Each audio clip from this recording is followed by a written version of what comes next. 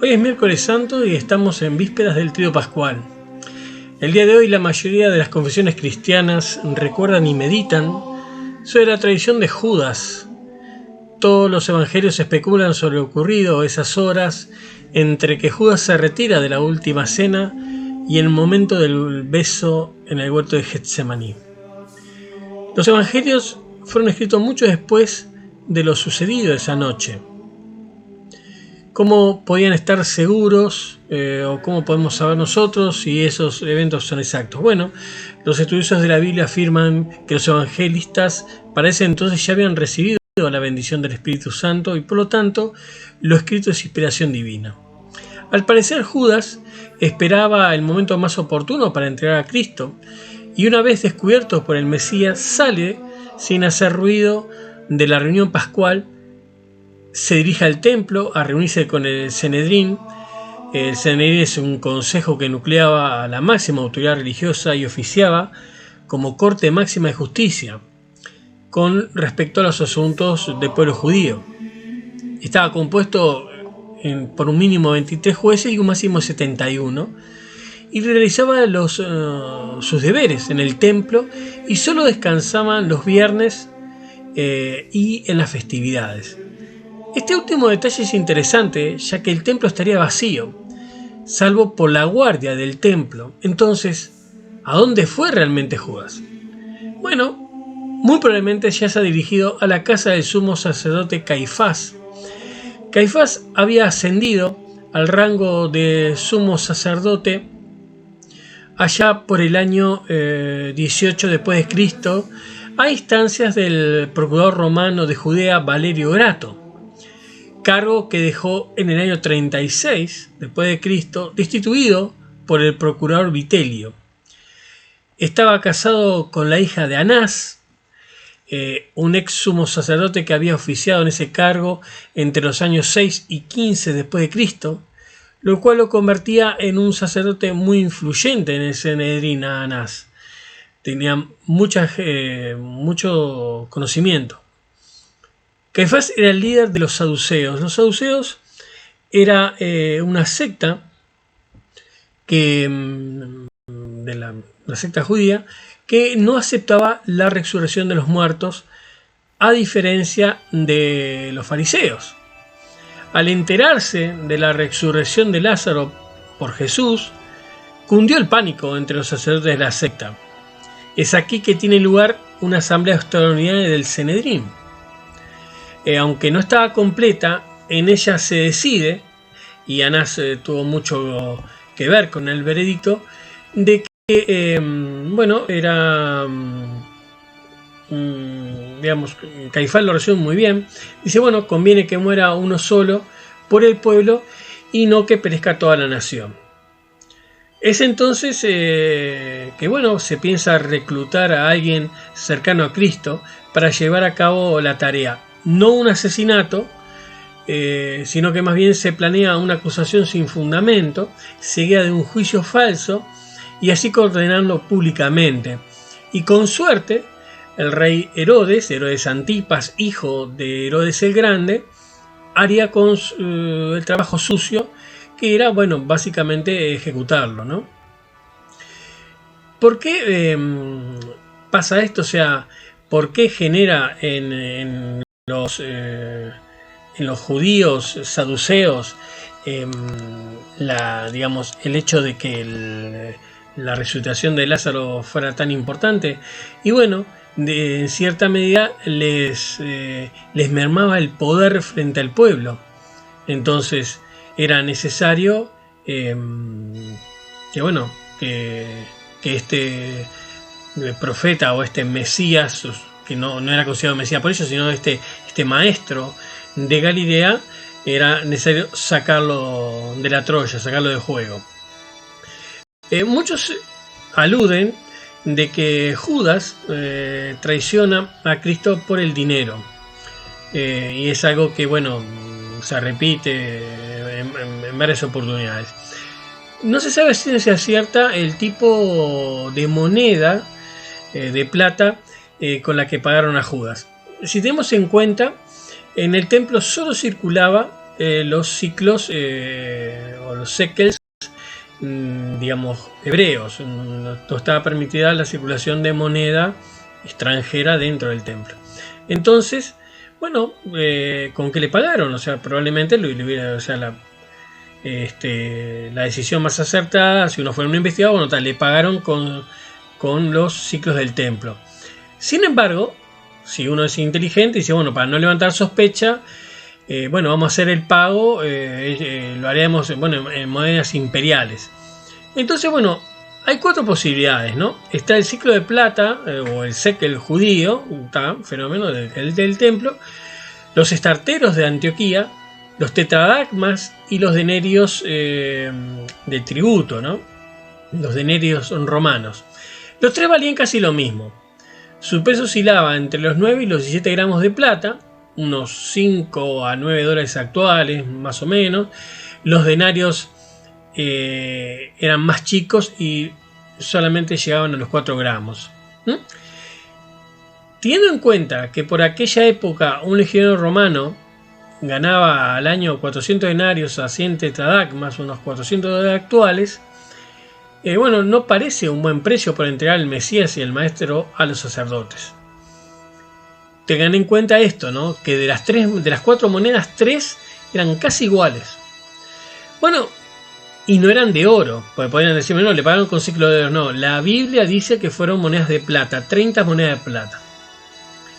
Me podrán argumentar que, bueno, Judas estaba ciego y sordo, estaba poseído por fuerzas demoníacas y por eso accedió a entregar al Mesías. Es posible, pero una explicación humana, digamos, encaja mejor en todo esto. No olvidemos una cosa, Judas estaba a cargo de la bolsa, o sea, a cargo del dinero del grupo.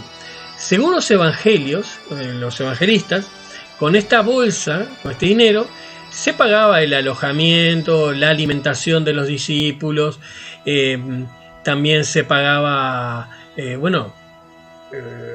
los gastos, ¿no?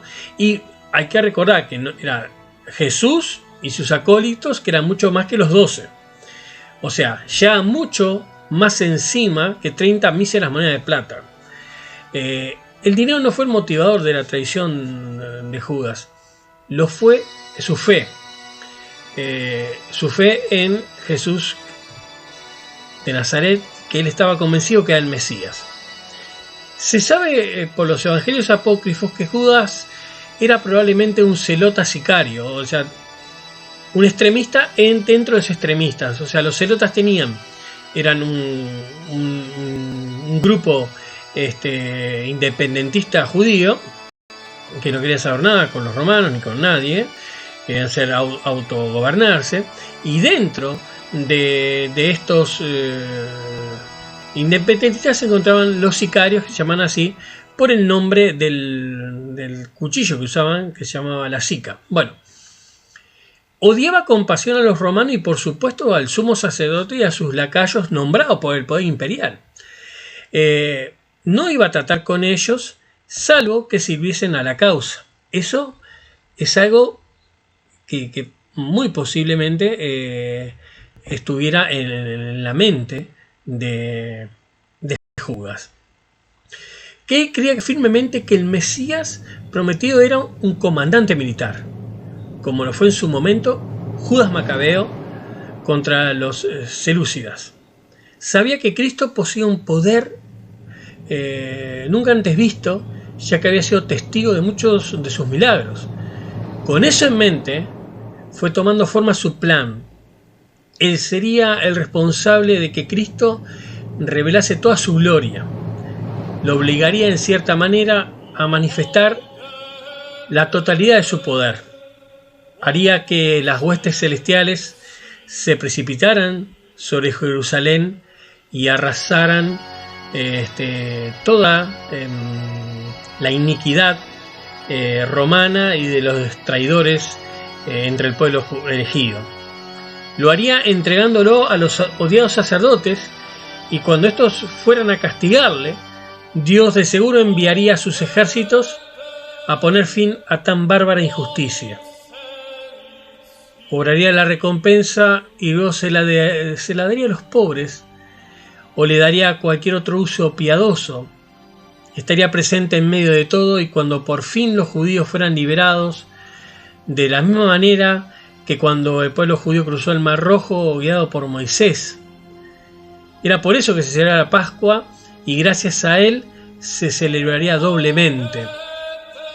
Posiblemente eso estaba pensando cuando coordinó la entrega de Jesús a Caifás y a los saduceos, ¿no? Eso iba a pasar, se lo entregaría en la madrugada, en el huerto donde sabía que Cristo iba a rezar. Acompañaría a la guardia del templo para señalar al maestro con un beso en la mejilla. Y todo esto, ¿no? Lógicamente, fue planeado por unos pocos miembros del Sanedrín, ya que era Pascua y la mayoría de los sacerdotes estarían descansando en sus respectivos hogares, salvo los conjurados saduceos con algunos con algunos fariseos, y por supuesto todos al mando de Caifás y Anás. La ansiedad de Judas de seguro de haber sido intensa. Estaba a pocas horas de presenciar la furia divina, estaba seguro, algo que no se veía desde hacía muchísimo tiempo, de conocer el verdadero rostro del Mesías, y en su corazón estaba seguro de estar haciendo lo correcto, salvo por el detalle que al parecer no prestó atención a los sermones de Cristo. Quizás muy ocupado en sus deberes de tesorero, no se percató del mensaje de paz de Jesús, de que su reino era eterno y no terrenal. Por supuesto que sería testigo del poder de Jesús, pero no de la manera que Judas esperaba y deseaba. Se avecinaba para Judas Iscariote horas muy amargas, horas de desesperación, que lo llevarían al terrible desenlace final de su vida, ya que ese día no morirían 3 personas, sino que serían 4. Mañana se inicia el triduo pascual. Se inicia con la ejecución de esta traición planeada por Judas. En realidad fue planeada todo el asunto por Anás y Caifás, pero Judas actúa como un peón después de las cosas como acontecieron. Y en su momento probablemente él estaría pensando que está usando al Sanedrín, a Anás y Caifás y a todos sus seguidores, y que él, en vez de ser un peón en el juego, era un alfil, una torre. Los hechos no pasaron como Judas pensaba. Su nombre quedó hasta hoy en día asociado a un traidor, a un enemigo interno, porque no hay traición si no hay confianza, y todos los apóstoles confiaban en él, y Jesús quizás era el que confiaba más. Pónganse a pensar la decisión que él toma de traicionar a Cristo. No lo hace por el dinero, no es una traición que lo moviera a lo metálico. A él lo movía a otra cosa, y esa cosa que lo movía, que él la consideraba justa, o sea, hay un lugar que Dante reserva para las buenas intenciones en el infierno, que es a veces uno hace cosas equivocadas por buenas razones, sin meditar las consecuencias de estas acciones. Si estas acciones conllevan un mal, no pueden estar motivadas por el bien.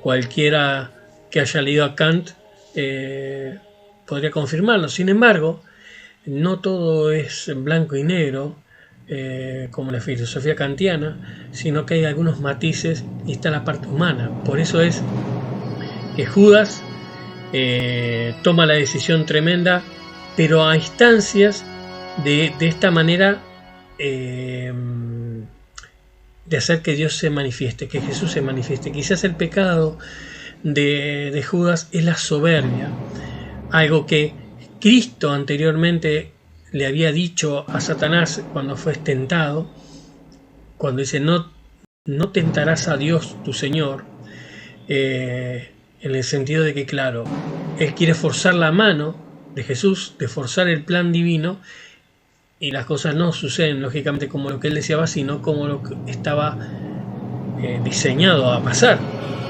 según lo que nos cuentan la tradición cristiana. Todo estaba pensado.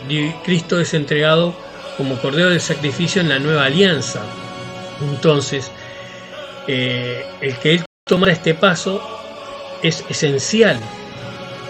Sin Judas no hubiera habido entrega, no hubiera sido aprendido, y fue en la noche, en la víspera de la Pascua, no había nadie en la calle, o sea, en la Pascua en realidad, no en la víspera, sino después de la Pascua. Entonces estaba todo dado para que el Sanedrín pudiera capturarlo a Cristo sin que el pueblo saltara y los linchara lisa y llanamente. Entonces en la noche, sin quórum, o sea, solamente habían unos sacerdotes, Anás y Caifás dan el golpe, lo aprisionan a Cristo, y surgen todos los eventos que van a pasar mañana, Jueves Santo. Así que hoy vamos dejando por acá, y ya saben, nos pueden seguir por www.montevideotarot.com.uy, y bueno, veremos mañana qué es lo que va a pasar. Ustedes ya saben lo que van a pasar, o por lo menos deberían de saberlo si son cristianos. Si no son cristianos, no les voy a hacer spoiler, pero ya deben de darse cuenta lo que aconteció. Así que nos vemos mañana. Así que será hasta la próxima.